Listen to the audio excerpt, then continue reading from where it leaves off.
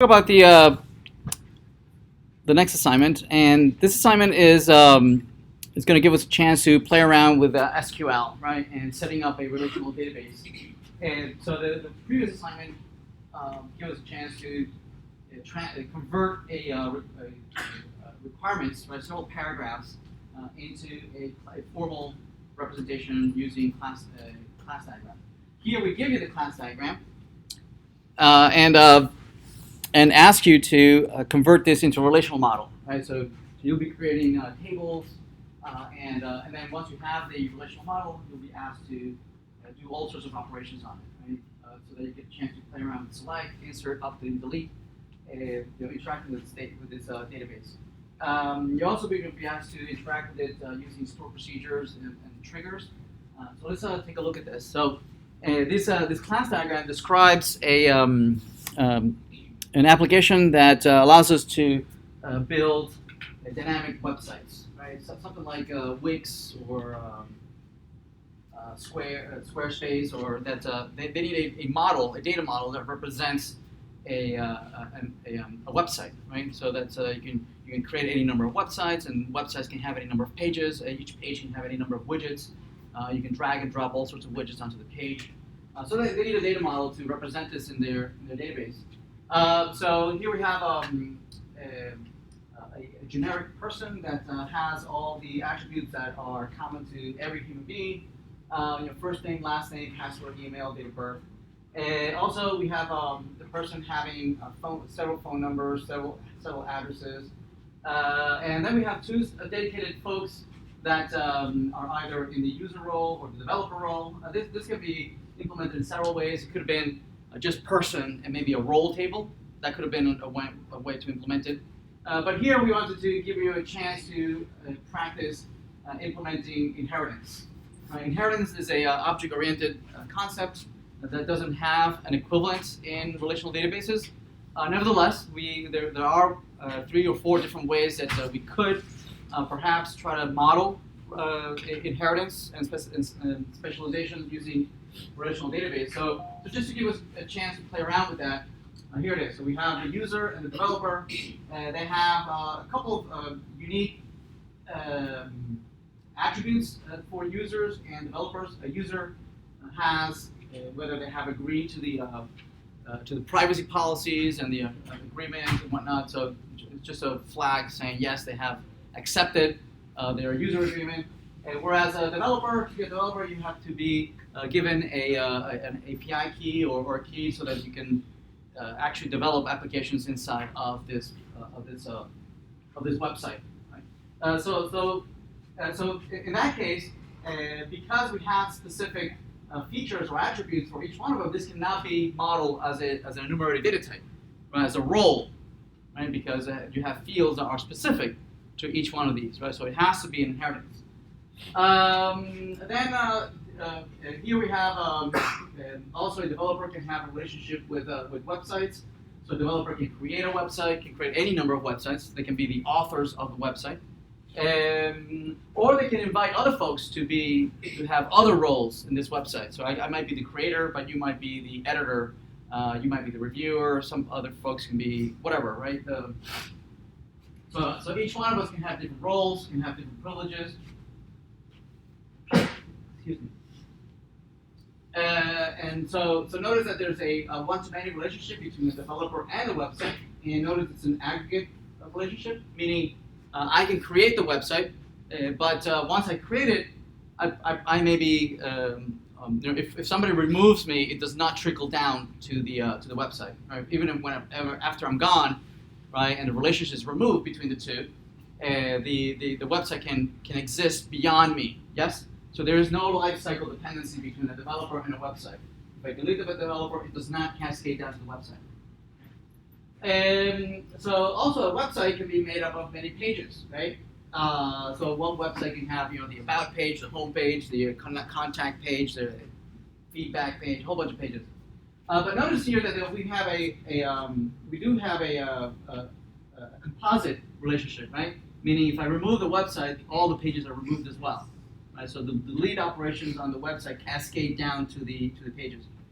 Same thing with a page. A page can have any number of widgets. I can drag any number of widgets onto a page. Maybe I can drag a movie. I can drag a a table or just plain old content, HTML content. I can drag any number of widgets that I can display on the page. And there's also a composite relationship between the two. If I remove the page, the widgets go away.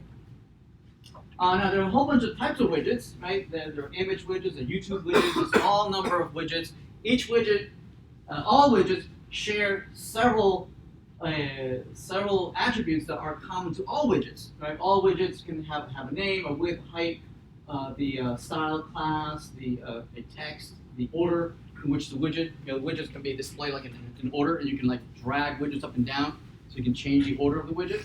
So all widgets have those attributes.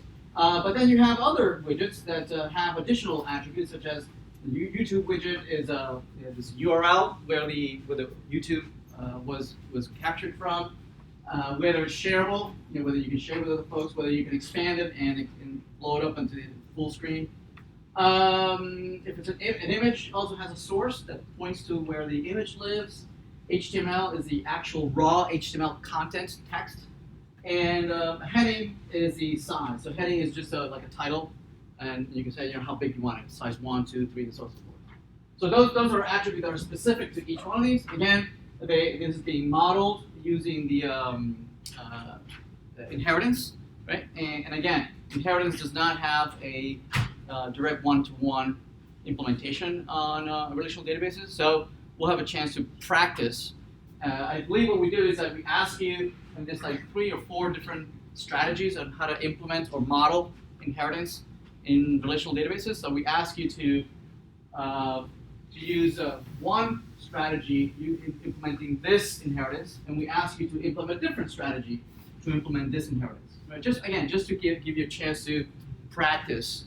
How would you go about transferring this onto something that is not supported, right? And why would you do one or the other? So this is a class diagram that we give you. A couple other things. We also maintain relationships between the developer and the pages and the websites that can give you either a role or privilege, right? And so, for instance, I can have, as a developer, I can have multiple roles, right? I can be the owner, the admin, the writer, an editor, a reviewer, okay? And basically the role gives me any number of privileges, right? So if I'm the admin, I can have all privileges. I can create, I can read, I can update, I can delete. If I'm a reviewer, I can't update, I can't delete, right? Maybe I can write up a review, but I can't actually manipulate the original page or the actual content. So depending on my role, I'll have different privileges. So the way we are capturing this is a many-to-many relationship, saying, this person has, this developer has this role of this website, right? That would mean that we would need to add a number of privileges based on that particular role, right? Maintaining that is tricky. Ideally, you would have some. This could have been like a one-to-many between the role and the privileges, and depending on the role, you get the different privileges. But we're forcing this implementation because we want you to practice using triggers, right? Stored procedures and triggers. We want you to get a chance to play around with that. So you'll create stored procedures and triggers that, if you give somebody this particular role, it will automatically, right, add the following privileges based on that role. If I remove a role, then those privileges are taken away. Okay? And the triggers will do that. The triggers will insert, will update, will delete, right, based on the roles that we give you. Okay? A little artificial, but again, it's a chance to play around with those technologies. So here we give you a couple of instructions on how to install this on either Heroku or AWS. Creating a remote database in AWS, creating a remote database on Heroku. So those are setting up the environment. All right, so here's what actually you're going to be graded for. First of all, 15 points. Create a schema, right? So convert this UML class diagram into a relational database, right? Into using SQL. So for 15 points, all the create statements. Creating the person table, the developer table. Make sure that you apply all the normalizations, right? First, second, third normal form. I'm sorry. For the I'm sorry. Yes. So notice that between the person and the developer and the user, there's inheritance, right? And you have the base class person, and then you have the user and the developer are inheriting from the person. So we're asking you to implement that inheritance relationship. We're asking you to use what is called the normalized strategy, and we'll talk about that, what that means. That will mean that there will be one table per class. So there will be a person table, there will be a user table, and there will be a developer table, right? And the foreign keys of the person and the user are going to be a foreign key as well that point to the original person. We'll do this. We'll do it here in class. But that's a strategy, and meaning that if you remove the person, you also remove the developer, right? And we'll see how that works. So use that strategy, right? The normalized strategy for the widgets, where you have the base widget, right, and then you have all the 4 different subclasses that implement the widgets. We're asking you to use the denormalized strategy. That means that there won't be a table per class, right? Instead, you'll have one big class, right? And all the fields of all the classes, or all those 5 classes, they're all going to live on the same table, right? But you'll have a discriminator field that will be from a numeric data type telling you, which type was I? Was it an HTML widget? Was it a YouTube widget? What was I? Right? And depending on which type you are, the correct fields matter, right? And everybody else will be null, right? So that's called the denormalized strategy. And again, we'll talk about that. Also for the numeric data types, like the roles and the privileges, right? Those are numeric data types. These guys, right? For these enumerated data types, do not use the enum keyword in MySQL. MySQL supports an enum keyword. Right? The problem is that other databases do not support enum. Right? So usually we avoid using features that are specific to a particular vendor. Right? So instead we look to implement databases so that they're as portable as possible. Right? That if tomorrow we decide not to go with SQL anymore and we're going with Oracle or a SQL Server or whatever other competing vendor, it'll be very, very easy to import or move and migrate to a different vendor. Right? So we try to avoid anything that's specific to a vendor, right? So here we're saying that instead of using the enum, we're asking you to implement the enumerated data types as a portable enumeration strategy. So it says, if your database supports enum, do not use it. Okay. All right. So that's for 15 points. Another 15 points. We're asking you to create a couple of triggers. All right, we'll see how to create triggers. These are just functions that you implement inside of the database, and you can set them up to execute when an event occurs, right? And what we're saying is that there will be 2 triggers, one on the website and one on the page table, right? Listening for inserts, right? So that if you insert a role to a website, it will automatically insert a whole bunch of privileges, right? And if you insert a particular role on the page, it will automatically insert a whole bunch of privileges as well. Okay. So they're listening for the inserts, updates, and deletes on websites and pages, so that if you're inserting into the role table for the website, that you're saying that this particular developer is an owner of this particular website, right? It will automatically add these privileges, right? If you remove the owner, it will remove these privileges. All right? Okay. Same thing with admin. Admin and owner have the same privileges. If you're a writer and I insert a writer role, then it will insert, create, read, and update into the privileges. If I insert editor, you can read and update. If you're a reviewer, you can only read. Make sense? So that's 15 points for that. Then for 15 points, we want you to write a whole bunch of inserts, right, that will populate your database with some dummy data. Okay, and the data, we want you to insert the following users. Alice, Bob, Charlie, Dan, and Ed, right? With these passwords, these first and last name, whether they're developers or users, right? That means that if you're inserting Alice as a developer, you'll need to do 2 inserts, right? 1 insert into the developer, right, and 1 insert into the person, right? Because all this information, most of it is going to go into the developer table, but the key is going to go into the, this will go into the person table, and this will go into the developer table, right? Or if you are a user, then most of this will go into the person table, whereas we're missing something here. We're missing the, the user agreement?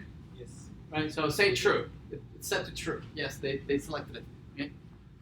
Does that make sense? Yes. Right, and we'll come back to it a little later. Also, notice that we are asking you to please use these primary keys.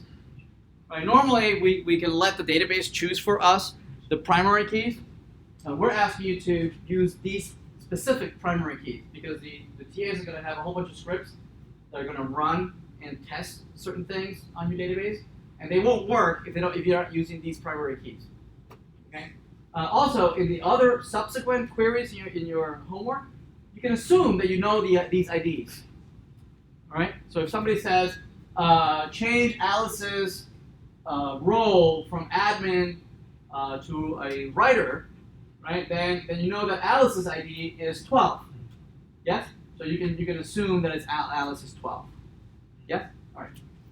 All right. So that's 3 points for those inserts. Also, we're asking you to do this all in a single SQL file.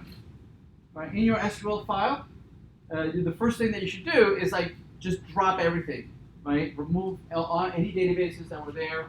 Remove any tables. Remove everything. Right. Do all the deletes. Clean everything. And then the next thing you should do is create the brand new database. Right. Create the new tables. Create all the relationships between the tables. Right.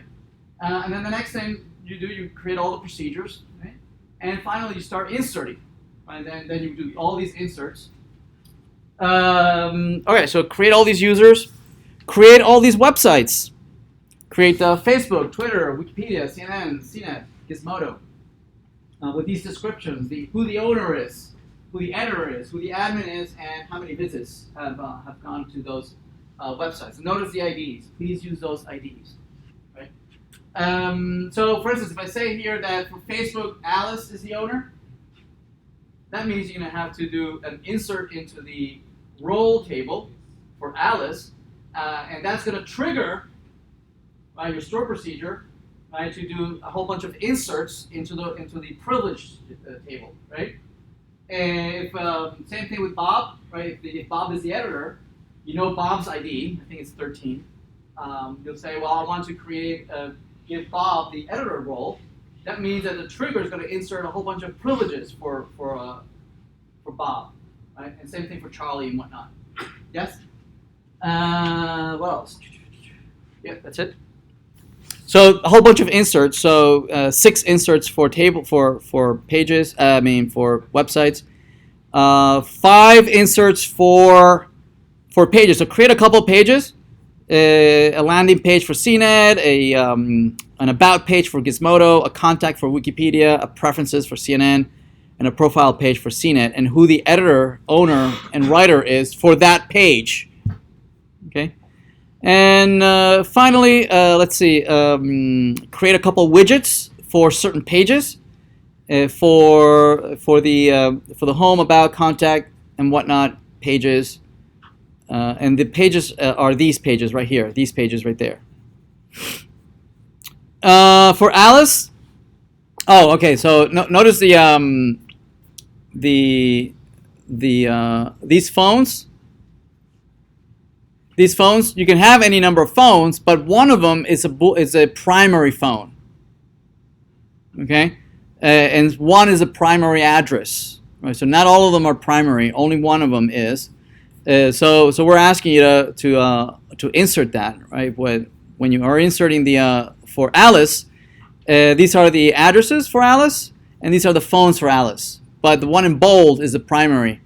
Same thing for Bob. We have 3 addresses for Bob, but one of them is primary, and Charlie has 3 phones and 1 address. Okay. Next is the view. Now views.